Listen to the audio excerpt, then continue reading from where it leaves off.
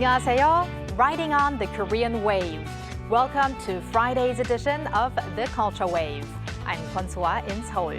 Explore with us Korea's culture from all aspects and stay up to date with K-entertainment with a special focus on K-musicals and K-dance today, K-festivals, K-inventions, K-everything. And we'll do all of that together with our co-host Bella Kim joining me in the studio. Hello, Bella. Hi, Soa. Happy Friday, Soa. Happy Friday. And happy Friday to everyone joining us today on The Culture Wave. I'm Bella, here to co-host and fill you guys in with the latest in K-entertainment. And also joining us for the very first time on The Culture Wave is Yeong, Arirang's new news features reporter. Welcome aboard. Hi, Yeong. Thank you, Soa, and hello, Bella, and a big happy Friday to our viewers. I'm Yeong, a news features reporter here at Arirang News. So, Yeong, I heard you took a trip to the southern city of Daegu in this heat. Can you tell us why? Yes, so I did recently go to Daegu. It was for the 19th Daegu International Musical Festival. And like you said, it was really hot. But what I saw and experienced there made the trip completely worth it. Let's take a look together. This summer, Daegu once again transforms into a stage. Korea's largest musical festival, the Daegu International Musical Festival, or DIMF, brings creators and audiences together from all over. This year, showcasing 29 musicals from home and abroad. The dress rehearsal for this year's closing performance, Panda, is about to begin. This Chinese production blends dazzling acrobatics with traditional martial arts, a real treat for the eyes. A visual and musical spectacle, Panda tells a heartfelt story about love, coexistence, and the care we owe to nature. It's a piece that's beloved by Korean audiences. This reading performance, part of DIMF's musical incubation program, offers young talents a rare chance to present their work. Some pieces even go on to become full-scale productions with funding and support. I received a lot of overall support from DIMF throughout the production process. But what helped me the most was getting direct feedback from the mentor instructors.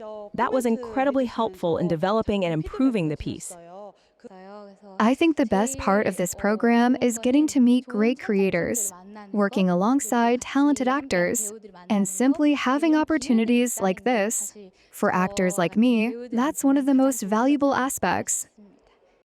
Just weeks ago, the Korean musical Maybe Happy Ending swept the Tony Awards, winning in 6 categories, including Best Musical. And the roots of that triumph?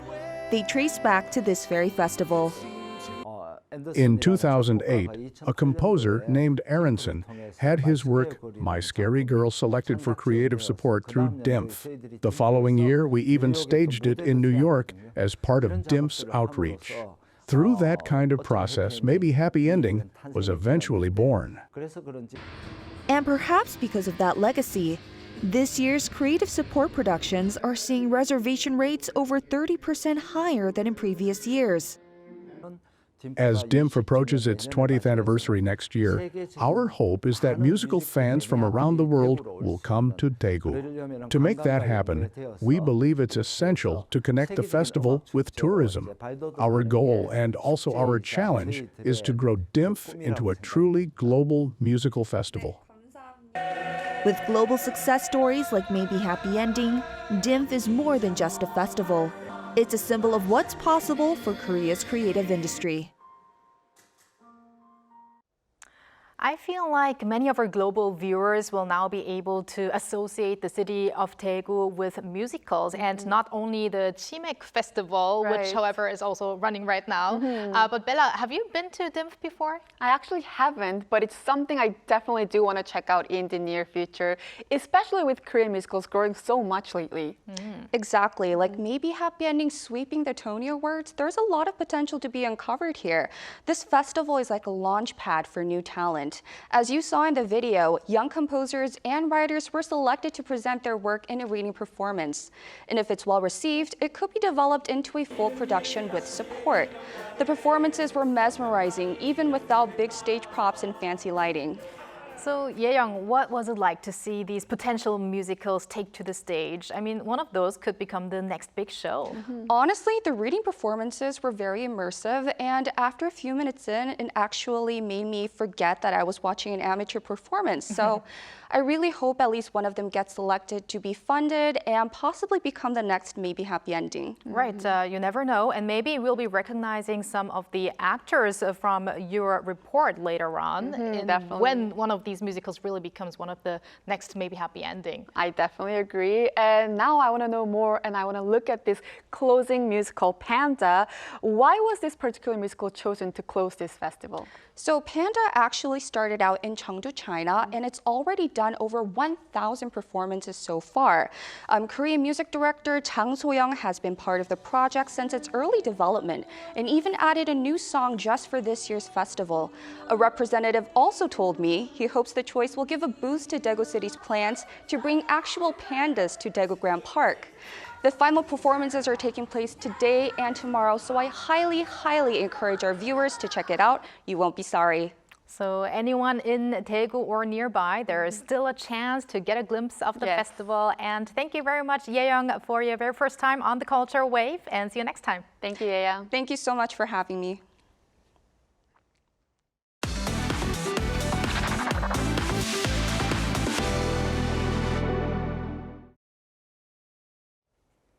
And now time for some K-Entertainment news with Bella Kim.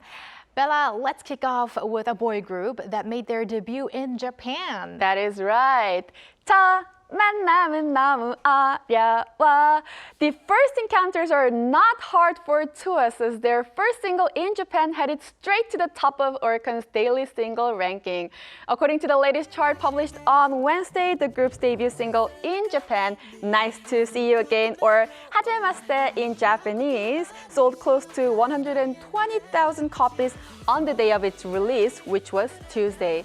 And along with the title track, Nice to See You Again, the new album also features Bloom and Plot Twist Japanese version. The 6 members greeted fans at their debut showcase held on Wednesday in Tokyo, where they performed all 3 songs from this album. TOUS will now embark on a tour of 6 cities in Japan starting July 11th. Well, congrats on their 첫 만남 with their Japanese fans. Yes. And Bella, you're getting better and better with your singing. Thank you. But let's move over to our next story, which is on a movie that most of us are familiar with. It's Parasite. Director Bong Joon-ho's film Parasite has been selected as the best movie of the 21st century by New York Times readers. According to the newspaper, Parasite ranked first in this survey, in which over 200,000 readers participated. Actually, earlier on Monday, Walter reported on the film ranking first on the 100 best movies of 21st century, surveyed by 500 renowned directors, actors, and producers. So along with Parasite, director Bong's Memories of Murder also made this readers list at number 49. So basically, the movie has satisfied both the NYT readers, so the public, as well as the experts. Yes. So congratulations to 기생충 or Parasite. And we're going to end off with not one film, but many films at a special event. That is correct. The Busan International Fantastic Film Festival, also called BFFN, has officially opened its doors on Thursday. The opening film was Finding Her, directed by Piotr Biniawicz, the Polish filmmaker based in Denmark. It explores the ethical and creative implications of AI in the world of art. Along with this opening film, this year's lineup features 217 films in total from across 41 countries. BFFN will also host its special actor showcase, focused on the actor Lee Byung-hun, of course, from Squid Game, this year titled The Master Lee Byung-hun. The showcase will offer a variety of programs, including screenings of his signature films, press conferences, mega talks, and also stage greetings. The festival will run until July 13th, so make sure to check it out if you're in the area. And if for those who cannot check it out, we're going to have an in-depth talk about the festival with an expert next week. That is correct. And thank you very much, Bella, for those updates. Yes, we'll stick around. And our AI anchor, Ari, also has an exciting festival to report on, among other culture issues. Ari, over to you. Hello and welcome to your AI guide to the latest cultural updates from Korea. Here's our top story. Seoul's outdoor libraries welcomed over 1 million visitors in the first half of this year. Launched in 2022, the libraries returned on April 23rd this year, marking World Book Day at 3 central locations: Seoul Plaza, Gwanghwamun, and Cheonggyecheon. The Seoul city government highlighted that user satisfaction reached an all-time high this year, according to its latest survey. Officials attribute the growing popularity to the so-called text-tip trend, a cultural movement among younger generations that embraces reading as a stylish and social activity. The libraries will take a summer break during the peak heat of July and August, and resume operations on September 5th. Korea's central city of Daejeon is shaking off its long-held image as a no-fun city and gaining recognition as a rising tourist hotspot. Daejeon recently ranked 9th on online travel platform Agoda's list of best budget-friendly destinations in Asia for 2025, making it the only Korean city to make the cut. With an average daily accommodation cost of 126,000 won, Daejeon attracted nearly 8.5 million visitors last year, up over 3% from 2023, according to the Korea Tourism Organization. Building on this momentum, the Daejeon city government plans to develop a diverse range of tourism programs aimed at encouraging longer stays and fostering a more sustainable tourism ecosystem. The Daegu Chimek Festival is in full swing at Duryu Park in the southern city's Dalseogo district, with tens of thousands of visitors braving sizzling temperatures to enjoy the beloved chicken and beer combo on a whole new level. Attracting over 1 million visitors each year, it's Korea's biggest and most popular Chimek festival. More than 250 booths offer a wide range of beers and snacks this year, with popular live performances, special events, and travel packages also adding to the festive atmosphere. The festival runs through this Sunday. That's all from me. Stay tuned to the Culture Wave. What do inventions have to do with independence activists? This year marks the 60th anniversary of National Inventors' Day in Korea. A special achievement award has been made for independence activists who raised funds for Korea's independence movement through inventions during the Japanese colonial era. Cha Yoon-kyung tells us who they are and what they are. The Korean Intellectual Property Office held a memorial ceremony to honor Mr. Kwon Do-in, a patriotic independence activist based in the U.S. who was also an inventor. Kwon is remembered for his contributions to both Korea's independence movement and the advancement of invention. He was also the first Korean to apply for a patent in the U.S. with an apparatus that prevented damage to the body of a sewing machine. Mr. Kwon also applied for a patent for a curtain made from bamboo, which had become quite popular in the U.S. Mr. Chung In-ho, the first Korean to apply for a patent in Korea, invented a horsehair hat in 1909 to raise funds for the independence movement. Marking the 60th anniversary of Inventors' Day, the KIPO has come up with special achievement awards for independence activists who contributed to Korea's independence movement through invention during the Japanese colonial era. This year's award for Great Inventor went to a company that developed an electric semiconductor module for electric cars and robots. Cha Yoon-kyung, Arirang News.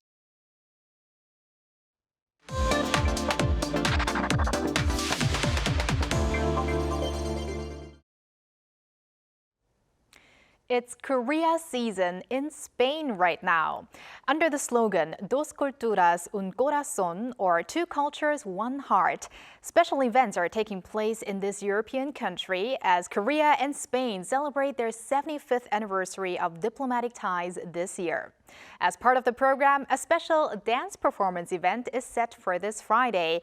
And we're going to hear more of that with someone at the site, and it's none other than our culture critic, Professor Ji Hae-won at Kyunghee University, who for today will be our K-Correspondent in Madrid. Hello, Professor Ji. Hola, profesora. Hola, professor. Hola. Hola. All right. So, Professor Ji, it's still probably early morning in Madrid, but how is the atmosphere over there? And it's probably getting very hot there, much hotter than in Seoul right now. That's right. It's 7 in the hot summer morning in Madrid, Spain. So I heard it is also very, very hot in Korea, but I guess it is harder here, especially as we are very excited to introduce more Korean culture tonight to people here in Spain. Right. Well, it feels very different connecting to you like this as you usually join us in the studio. But there is a good reason for you to be in Madrid right now. So please tell us about it. Right. As you just mentioned, 2025 Korea season's main event, the dance performance, Un baile entre culturas, dance between cultures, is about to be presented at Central Danza Matadero Theater tonight. And some other events like Korea traditional food and Korean musical exhibition will be held in the lobby at the theater as well. So I am participating in this event as an executive producer, mainly managing the K musical exhibition in order to introduce Korean original musicals to the theater community in Spain, and also researching the Spanish performing arts market to find out the better way to exchange arts and cultural projects between two countries through interviewing the working professionals in Spain. I hope this research would give better understanding to the Korean artists and the performing arts organizations regarding to how to work closely together with the artist institutions or producers here in Spain. Wow, sounds very exciting. And what's more exciting is later in the day, Korean dance teams will be getting onto the stage. Could you give us a little bit more details on what the audience can expect? Tonight's performance consists of three different pieces of work. Choi Sang-cheol's contemporary dance company will present the work of their argument, which would be the chance for the audiences in Spain to experience the high level of technique and power of Korean contemporary dancers. Two dance companies' Breathing Dream would be expected to capture the emotion of Korean dance through the dynamic movements. Finally, Human Stance will present a stage of Chinawi that combines the tradition of Korean dance with the modern sensibility. All these three dance companies are very, very active groups that are receiving attention both domestically and internationally. And so through tonight's performance, Spanish audiences will be able to experience the current state of Korean dance and high level of skills. Wow, so three dance teams in total, very exciting. How do you think the response by the visitors will be? And is there anything that you're maybe a little bit concerned about with this event? Since it is kind of rare to have the opportunity for the general public to experience Korean dance in Spain, I'm sure that the audience of tonight's performance will be captivated by deep emotions and splendid movements unique to Korean dance. Especially the last part of the performance provides an opportunity for the audience members to come up on the stage together and have a blast. So I believe that everyone will become much more interested in Korean dance after tonight's performance. But the only concern is weather. I just hope that the audience won't get too tired before arriving at the theater because they need to save some energy to explode it together on stage. Wow. Right. So if we were there, we would probably join them on dancing as well. Yes, and I also want to mention that, I mean, Spain and also many other countries that have hot weather, they are actually very popular for having these very energetic dance moves. Right. So I hope that Korea's dance performance will also resonate with the locals over there as well. And Professor Ji, as you are experiencing this event up close, do you feel the presence of the Hallyu boom over there? And I mean, you also mentioned you are actually promoting Korea's original musicals over there. So I can imagine that there's been a bit of more attention on musicals as well because of maybe Happy Ending as well. So what do you say? Yeah, absolutely. I do. I mean, like any other overseas countries, there is a lot of interest in Korean culture here in Spain as well, such as K-pop, K-movies, dramas, literature, and food. But through this event, 2025 Korea season, not only popular culture, but also Korean performances including musical and dance and everything, and exhibitions that are not relatively easy to access to the general public in Spain this event will be introduced to more Spanish audiences, and I hope that this will lead to more chances to exchange and collaborate between artists and arts organizations. Definitely looking forward to more collaborations in the future. Now there is the dance performance that's happening later in the day, but I heard there are other programs as well that audience or visitors can enjoy. So please give us the details on those as well. Yeah, that's right. Korea is a global exchange project for spreading Korea culture, and it has presented in the UK in 2023 and France in 2024.